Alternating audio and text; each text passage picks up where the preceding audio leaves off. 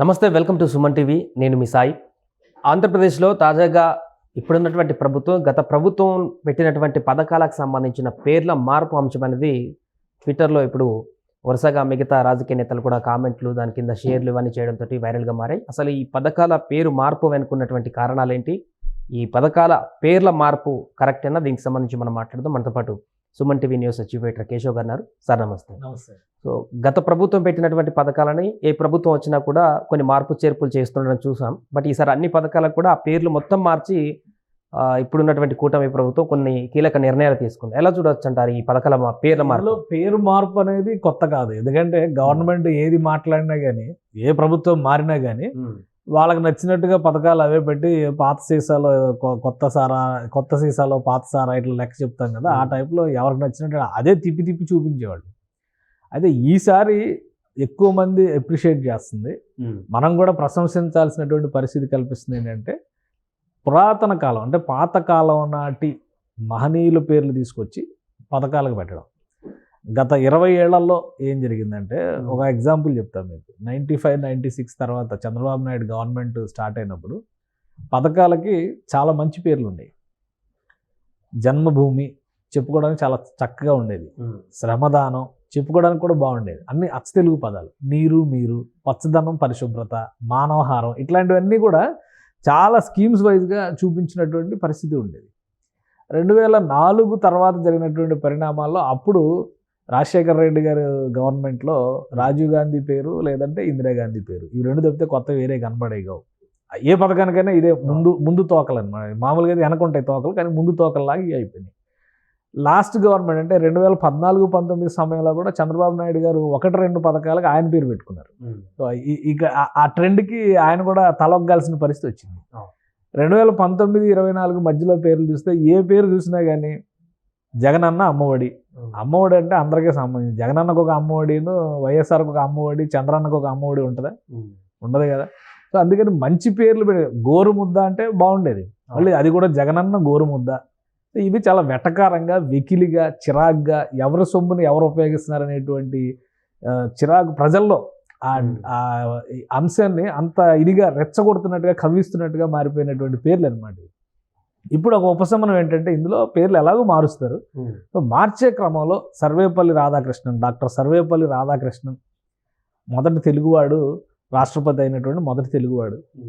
ఎందుకంటే ఆయన తెలుగు నేలపైనే, ఆయన జన్మతః తమిళియన్ కావచ్చు, కానీ ఆయన తమిళియన్ కూడా కాదనుకుంటా, బహుశా తెలుగువాడే అనుకుంటా. ఆయన మొత్తం అంతా కూడా ఆయన విద్యాభ్యాసం కానీ, ఆయన ఆంధ్ర యూనివర్సిటీ వైస్ ఛాన్సలర్గా ఉండటం కానీ, అప్పటి జనరేషన్కి అసలు ఉపాధ్యాయ దినోత్సవమే ఆయన జన్మదినాన్ని మనం చేసుకుంటాం.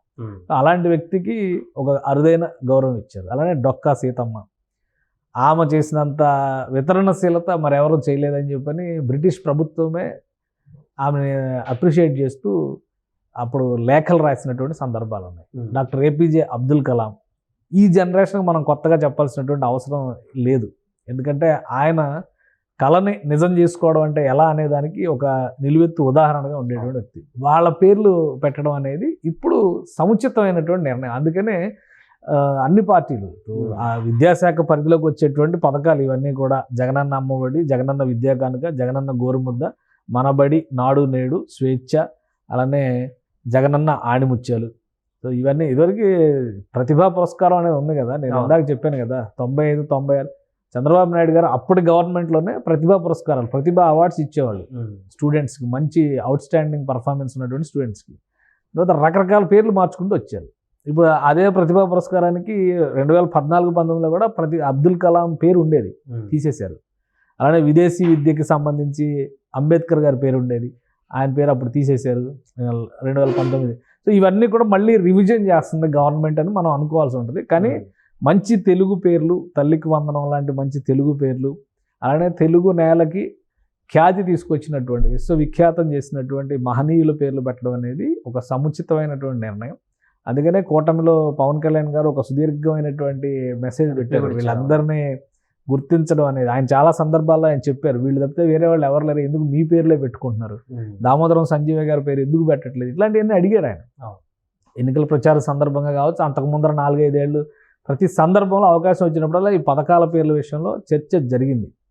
ఏదో ఒకటో రెండో పథకాలకు పెట్టారంటే అనుకోవచ్చు, కానీ 90% పథకాలకు అవే పేర్లు ఉంటే ఇక ఎవరికైనా కానీ విరక్తి వస్తుంది కదా, చూసి అసలు ఇది ఏంటి అనేది. కాబట్టి ఇప్పుడు మార్చిన పేర్లలో కూడా ఎక్కడ కూడా ఎన్టీఆర్ పేరును కూడా ఎక్కడ మెన్షన్ చేసినట్టు కనిపించలేదు. అంటే పార్టీకి సంబంధించిన వాళ్ళని ఎవరిని పెట్టరు అనేటువంటి ఇండికేషన్ అయింది. అట్లా ఏమి ఉండదు, ఎందుకంటే 2-3 పథకాలు ఆల్రెడీ డిసైడ్ చేశారు. అంటే ఒక పరిధి దాటకూడదు, ఏదైనా కానీ పరిధి దాటితే చాలా అసహ్యమును ఒక జుగుప్సాకరమైనటువంటి భావన ప్రజల్లో వస్తుంది. ఇప్పుడు ఎన్టీఆర్ గారి పేరు మీద అన్న క్యాంటీన్ అన్నారు. ఎన్టీఆర్ పేరు లేకపోయినా అన్న అంటే ఎన్టీఆర్ అనేటువంటి ఫీలింగ్ తెలుగు నేలంతా కూడా ఉంది కాబట్టి ఒకటి అక్కడి వరకు జస్టిఫైడ్. ఇంకోటి ఎన్టీఆర్ భరోసా పేరుతో పెన్షన్స్ స్కీమ్ అమలు చేస్తున్నారు. సో ఇవి ఎన్టీఆర్ ఆరోగ్య స్కీమ్ అంటే ఆరోగ్యశ్రీకి సంబంధించి కూడా ఆరోగ్య రక్షా పథకం ఇదంతా కూడా దాని పేరు మీద ఉంది. కాబట్టి అవి మళ్ళీ పాత పేర్లు పునరుద్ధరించారు. చంద్రన్న బీమా అనేది గతంలో ఉంది, అదొకటి పునరుద్ధరించారు. అంటే బహుశా ఈ పర్సంటేజ్ నేను అంటుంది ఇందాక ఏంటంటే 90% పేర్లు బహుళ జనులకి సంబంధించినటువంటివి ఉండి ఒక 10% పేర్లు వాళ్ళ పార్టీకి సంబంధించినటువంటి నాయకులు. మరీ దరిద్రం ఏంటంటే బతికున్న వాళ్ళ పేర్లు పెట్టుకోవడం అనేది ఈ మధ్య ఈ 20 ఏళ్లలో వచ్చినటువంటి దుస్సంప్రదాయం. అది ఎవరు కూడా చంద్రబాబు నాయుడు గారైనా లోకేష్ గారైనా ఎవరైనా కానీ వాళ్ళకి ఇష్టం లేకపోయినా కానీ పరిస్థితులు ఇలా ఉన్నాయి కాబట్టి మన పేరు కూడా పెట్టుకుందాం అనే ఆలోచన రావచ్చు. బట్ బతికున్న వాళ్ళ పేర్లు పథకాలకు పెట్టుకోవడం అనేది ఒక విచిత్రమైనటువంటి సంప్రదాయం. అది వాటిని సంస్కరించాల్సినటువంటి పరిస్థితి ఉంది కాబట్టి 1-2 ఒక 10%కి మినహాయించి ఒక 90% మిగతా పేర్లు ఉంటే గౌరవం ఉంటుంది.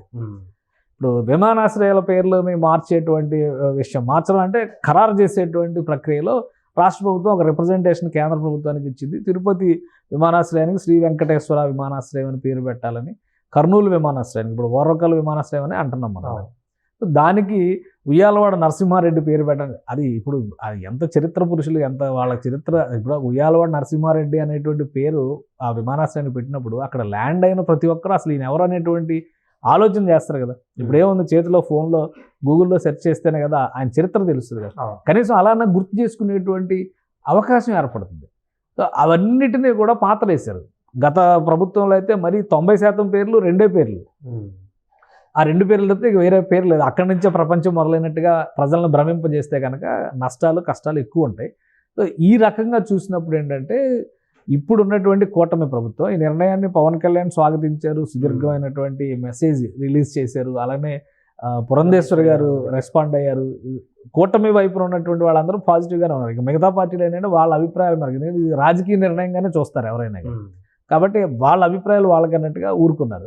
ఇప్పుడు ఒక సంస్కరణ అనే దానికంటే కూడా మహనీయుల పేర్లు పెట్టడం అనేది ఎవరైనా కానీ అనివార్యంగా ప్రశంసించాల్సినటువంటి పరిస్థితిని క్రియేట్ చేస్తుంది. ఇంకా తెలుగు నేలపైన ఎంతో గొప్ప గొప్ప వ్యక్తులు ఉన్నారు, చరిత్ర మర్చిపోయినటువంటి గొప్ప వ్యక్తులు ఉన్నారు. విదేశాల్లో మన జాతికి సంబంధించి, తెలుగు జాతికి సంబంధించి, తెలుగు భాషకు సంబంధించి, అలానే శాస్త్ర సాంకేతిక రంగాల్లో కూడా మనదైనటువంటి శైలిలో అక్కడ విజయ బావుటాలు ఎగరేసిన వాళ్ళు చాలామంది ఉన్నారు. వాళ్ళని ఏదో ఒక రూపంలో ఇలాంటి పథకాల పేర్ల రూపంలో అయినా కానీ గుర్తు చేస్తే ప్రజలకి వాళ్ళ గురించి తెలుసుకోవడం, వాళ్ళ నుంచి స్ఫూర్తి పొందడం అనేది చాలా ముఖ్యమైనటువంటి అంశంగా మారుతుంది. పవన్ కళ్యాణ్ గారు కొన్ని క్యాంటీన్లకు డొక్కా సీతమ్మ గారి పేరు పెట్టాలని ప్రతిపాదించారు. అది అంతవరకు ఓకే. ఇప్పుడు అన్ఎక్స్పెక్టెడ్గా ఒక పథకాల పేర్ల మార్పులో కూడా ఒక పథకానికి పూర్తిగా సీతమ్మ గారి పేరు పెడుతూ ఆయన నారా లోకేష్ గారు మెన్షన్ చేయడం జరిగింది. దీన్ని ఎలా చూడొచ్చు అంటారంటే ఆయన సీతమ్మ గారి జీవిత చరిత్రనే చూస్తే ఆమె చేసినంత దానశీలత, అంటే ఆమె జీవిత చరిత్ర గురించి ఇప్పుడు ఆల్రెడీ పేపర్లో అన్ని మీడియాలో కూడా వస్తుంది. అసలు ఎవరు ఈమె అనేటువంటి కింగ్ ఎడ్వర్డ్ 7 లాంటి వాడు ఆయన ఆగమనానికి సంబంధించి ఆమెను ప్రత్యేక ఆహ్వానితురాలుగా పిలిస్తే ఆమె నేను ఒకవేళ వెళితే ఇక్కడికి వచ్చేటువంటి వారికి భోజన సదుపాయం కల్పించడం ఇబ్బంది అవుతుందనే ఆలోచనతో నేను అసలు ఎక్కడికి రానని చెప్పని ఆమె చెప్తే ఆమె ఫోటో తీసుకుని అక్కడ పెట్టుకున్నారనేటువంటిది కూడా డాక్యుమెంటెడ్ ఎవిడెన్స్ ఉంది. వాళ్ళ ఫ్యామిలీ కూడా ఆమెకు సంబంధించి బ్రిటిష్ ప్రభుత్వం ఇచ్చినటువంటి ప్రశంసా పత్రాలు ఇవన్నీ కూడా చూపిస్తున్నారు. ఆమె ఎక్కడైతే ఆమె వితరణ చేసిందో ఆ ఇంటిని ఇప్పటికీ కూడా వాళ్ళు ఒక మాన్యుమెంట్ లాగా కాపాడుకుంటూ వస్తున్నారు. కాబట్టి ఆమె జీవిత చరిత్ర అందరికీ తెలిసిందే. ఇంకోటి, గోదావరి జిల్లాల్లో కరువు పరిస్థితులు, ఒకప్పుడు విపరీతమైనటువంటి కరువు పరిస్థితులు ఉన్నప్పుడు ఆ పరిస్థితుల నుంచి బయటపడేయడానికి సరార్దర్ కాటన్ లాంటి మహనీయుడు అక్కడ ఒక ప్రాజెక్ట్ని ఎలా అయితే తీసుకొచ్చారో, ధవళేశ్వరం ఆనకట్ట ఎలా అయితే కట్టారో అదే తరహాలో గోదావరి ఉధృతి, గోదావరి ఇటు నుంచి అటు వెళ్ళడం అనేది అప్పట్లో ఒక పెద్ద సాహసోపేతమైనటువంటి చర్య. అలాంటి పరిస్థితుల్లో రాకపోకలు చేసేటువంటి బాటసారులకి ఎవరైనా కానీ భోజనం ఇంకా చాలా కథలు ఉన్నాయి. పిఠాపురం రాజావారు కూడా మారువేషంలో వెళ్ళి అసలు ఆమె ఎలా దానం చేస్తుంది చూద్దామని ఆమెను పరీక్షించేటువంటి ప్రయత్నం చేశారని కూడా చెప్తారు.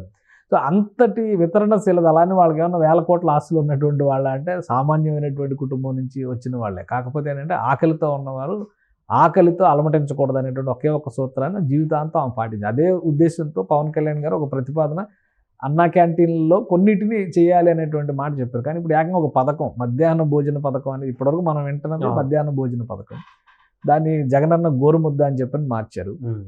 అంత ముందర ప్రభుత్వం కూడా మొదట తమిళనాడులో మొదలైంది ఇది. జయలలిత అంటే ఏఐఏడిఎంకే గవర్నమెంట్ ఉన్నప్పుడు అన్న ఎంజీఆర్ ముఖ్యమంత్రిగా ఉన్న సమయంలో ఇది మొదలైంది. అప్పటి నుంచి దానికి మంచి పాజిటివ్ రెస్పాన్స్ వచ్చింది, దేశవ్యాప్తం అయింది.